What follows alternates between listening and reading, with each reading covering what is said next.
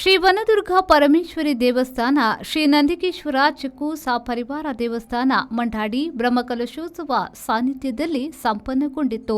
February 24ರಿಂದ 28ರವರೆಗೆ Shri ನಾಗದೇವರ ಪುನರ್ ಪ್ರತಿಷ್ಠೆ, ಶ್ರೀ ನಂದಿಕೇಶ್ವರ ಹಾಗೂ ಚಿಕ್ಕು ಸಹಪರಿವಾರ ದೈವ ಪ್ರತಿಷ್ಠೆ, ಶ್ರೀ ವನದುರ್ಗ ಪರಮೇಶ್ವರಿ ಪರಿವಾರ ಅಷ್ಟಬಂಧ ಪ್ರತಿಷ್ಠೆ, ಬ್ರಹ್ಮಕಲಶೋತ್ಸವ, ಗೆಂಡ ಸೇವೆ, ಡಮರು ಸೇವೆ, ಹಾಲು ಹಬ್ಬ, ತುಲಾಭಾರ ಸೇವೆ ನಡೆಯಿತು. ಇಂದು ಬೆಳಗ್ಗೆ ಸಾನ್ನಿಧ್ಯದಲ್ಲಿ ಪುನರ್ ಪ್ರತಿಷ್ಠೆ ಹಾಗೂ ಬ್ರಹ್ಮಕಲಶೋತ್ಸವ, ಪುಣ್ಯ ದುರ್ಗಾ ಹೋಮ, ಬ್ರಹ್ಮಕಲಶಾಭಿಷೇಕ, ಮಹಾಪೂಜೆ, ಸಂದರ್ಶನ ಸೇವೆ, ಪ್ರಸಾದ ವಿತರಣೆ ನಡೆಯಿತು. ಬೆಳಗ್ಗೆ 10:30ರಿಂದ ಸ್ವಾಗತ ಗೋಪುರ ಪೂಜೆ ಹಾಗೂ ಉದ್ಘಾಟನೆ. ಶ್ರೀ ವಿಶ್ವಪ್ರಸನ್ನ ತೀರ್ಥರು ಅಧ್ಯಕ್ಷದ ಮಠ ಪೇಜಾವರ ಅವರು ಆಶೀರ್ವಚನ ನೀಡಿದರು. ಗುರುಪುರ ವಜ್ರದೇಹಿ ಮಠದ ಶ್ರೀ ರಾಜಶೇಖರಾನಂದ ಸ್ವಾಮೀಜಿಯವರು ಹಾಗೂ ವಿವಿಧ ಗಣ್ಯರ ಉಪಸ್ಥಿತಿಯಲ್ಲಿ ಧಾರ್ಮಿಕ ಸಭೆ ನಡೆಯಿತು.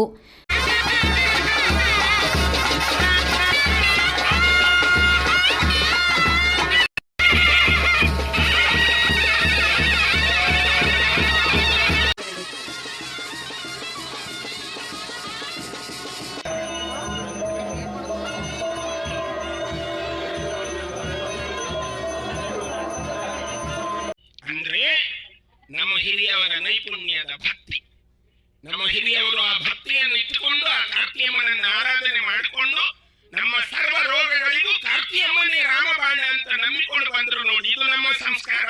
ಈ ಸಂಸ್ಕಾರಗಳನ್ನ ನಮ್ದು ಪಾಠದಲ್ಲಿ ಕಲಿಸಲೇ ಇಲ್ಲ. ಹಾಗಾಗಿ ನಾವು ಇವತ್ತು ಹೀಗೆ ಪಾತ್ರತ್ವಂ ಧನಮಾಪ್ನೋತಿ, ವಿದ್ಯೆಯಿಂದ ವಿನಯ ಬರಬೇಕು, ವಿನಯದಿಂದ ಪಾತ್ರತ್ವ ಬರಬೇಕು, ಪಾತ್ರತ್ವಂ ಧನಮಾಪ್ನೋತಿ. ಇಲ್ಲೆಲ್ಲ ವೇದಿಕೆಯಲ್ಲಿ ಇದ್ದಾರೆ, ಸಂತೋಷ್ ಶೆಟ್ಟರು ಇದ್ದಾರೆ, ಆದರ್ಶ್ ಶೆಟ್ಟರು ಇದ್ದಾರೆ, ಇದರ ಎಲ್ಲ ನೇತೃತ್ವ ತಗೊಂಡವರು ಅವರು ಇಲ್ಲಿದ್ದಾರೆ. ಅವರಿಗೆ ಪಾತ್ರತ್ವ ಸಿಕ್ಕಿದೆ ನೋಡಿ. ಹೋಟೆಲ್ ಮಾಡಿದ್ರು, ಬೇರೆ ಬೇರೆ ವ್ಯವಹಾರಗಳನ್ನು ಮಾಡಿದ್ರು. ಆ ವ್ಯವಹಾರಗಳಲ್ಲಿ ಮನೆಯ ಅಮ್ಮ ಅನುಗ್ರಹಿಸಿ ಕಳಿಸಿದ್ಲು. ಹೋಗುವಾಗ ಬಹುಶಃ ಅವರಲ್ಲಿ ಜೇಬಲ್ಲಿ 10 ರೂಪಾಯಿ ಇತ್ತ ಗೊತ್ತಿಲ್ಲ. ಕೆಲವರೆಲ್ಲ ಹೋಗಿದ್ದೇನು ಗೊತ್ತಾ, ಬಡತನಕ್ಕಾಗಿ ಇಲ್ಲೇನು ಇಲ್ವಲ್ಲ, ಈ ಕೃಷಿಯಿಂದ ಏನು ಸಂಪಾದನೆ ಇಲ್ವಲ್ಲ ಅಂತ ಹೋದವರು ಇದ್ದಾರೆ. ಹೋಗಿ ದೊಡ್ಡ ದೊಡ್ಡ ಶೇಟ್ಗಳಾದ್ರು. ಆದ್ರೆ ಈ ಮಣ್ಣಿನ ಪರಿಮಳವನ್ನು ಅವರು ಬಿಡಲೇ ಇಲ್ಲ, ಈ ಮಣ್ಣಿನ ಸುವಾಸನೆಯನ್ನು ಅವರು ಬಿಡಲೇ ಇಲ್ಲ. ಒಂದು ವೇಳೆ ಅವರು ಬಿಟ್ಟರು ಈ ಮಣ್ಣು ಬಿಡೋದಿಲ್ಲ. ಆ ಮಣ್ಣು ಎಳ್ಕೊಂಡು ಬಂತವರನ್ನ, ಎಳ್ಕೊಂಡು ಬಂದು ನೋಡು ಇಲ್ಲೆಲ್ಲ ಹಿಂಗೆ ಬಿದ್ದಿದೆ, ನೀನು ಎದ್ದು ನಿಂತಿದ್ದಿ, ನೀನು ಇಲ್ಲ ಇದನ್ನೆಲ್ಲ ಸರಿ ಮಾಡಬೇಕು ಅಂತ ಅವತ್ತಮ್ಮ ಹೇಳಿದ್ದಾಳಲ್ಲ, ನೀನು ಹೋಗು ಮಗ ಒಳ್ಳೇದಾಗ್ತಿ ಅಂತ.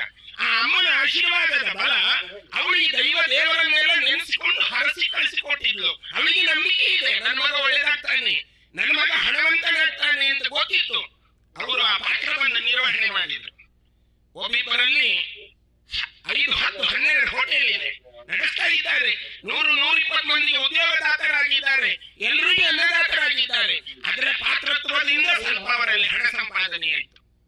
ಆ ಹಣವನ್ನ ತನ್ನ ಸಂಸಾರ, ತನ್ನ ಬಂಧು, ತನ್ನ ಬಳಗ, ತನ್ನ ಹೆಂಡತಿ ಮಕ್ಕಳು ಅಂತ ಅವರಿಗೆ ಖರ್ಚು ಮಾಡಿಕೊಂಡು ಆರಾಮ ಒಂದು ಮಹಲ್ ಕಟ್ಟಿಕೊಂಡು ಕೂರ್ಬಹುದಿತ್ತು.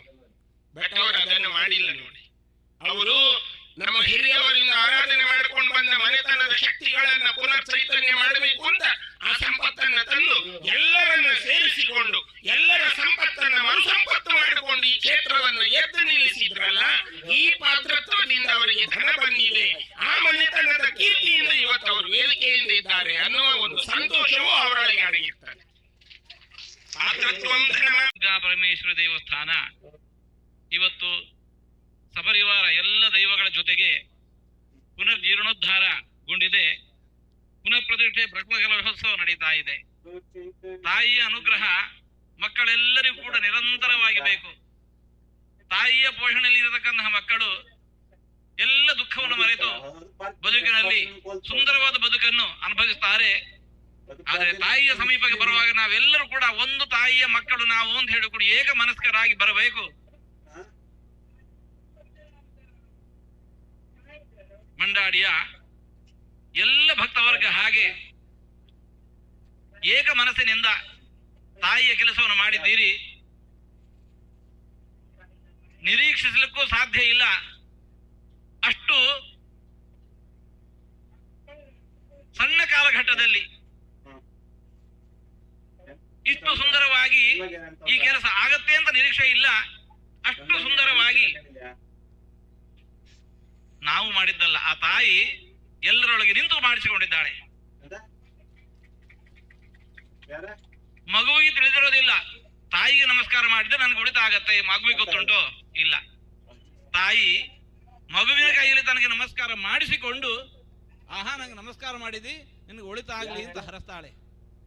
ಆ ರೀತಿ ಆ ತಾಯಿ ನಾಡಿನ ಎಲ್ಲ ಭಗವದ್ಭಕ್ತರಿಗೆ ಅಂತಹ ಶಕ್ತಿ, ಭಕ್ತಿ, ಎಲ್ಲವನ್ನು ಕೂಡ ನೀಡಿ ನಿಮ್ಮ ಕೈಯಿಂದ ಇಂತಹ ದೊಡ್ಡ ಸೇವೆಯನ್ನು ಮಾಡಿಸಿಕೊಂಡಿದ್ದಾಳೆ. ಸಪರಿವಾರಗಳಾಗಿ ಸುಪ್ರತಿಷ್ಠಿತಳಾಗಿದ್ದಾಳೆ. ಆಕೆಯ ಅನುಗ್ರಹ ಶ್ರೀರಕ್ಷೆ ಎಲ್ಲರ ಬದುಕಿನಲ್ಲಿ ನಿರಂತರವಾಗಿರಲಿ. ಬದುಕಿನಲ್ಲಿ ಬರಬಹುದಾಗಿರತಕ್ಕಂತಹ ಏನೇ ಕಷ್ಟ, ದುಃಖ, ಆಪತ್ತುಗಳಿದ್ದರೂ ಕೂಡ ಆ ತಾಯಿ ಅದನ್ನೆಲ್ಲವನ್ನು ಕೂಡ ದೂರ ಮಾಡಿಕೊಟ್ಟು, ವಿಶೇಷವಾಗಿ ಧನ ಸಹಾಯ ಮಾಡಿದ ದಾನಿಗಳಿಗೆ ದೇವಸ್ಥಾನದ ಮುಂಭಾಗದ ವೇದಿಕೆಯಲ್ಲಿ ಸನ್ಮಾನಿಸಿ ಗೌರವಿಸಲಾಯಿತು.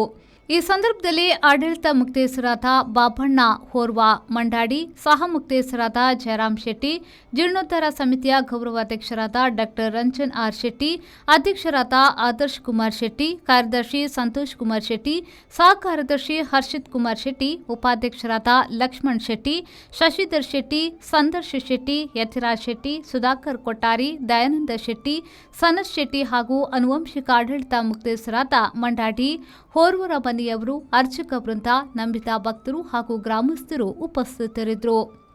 ಜೆಪಿ ಬಡಾಕೆರೆ, ವಿ4 ನ್ಯೂಸ್, ಬೈಂದೂರು.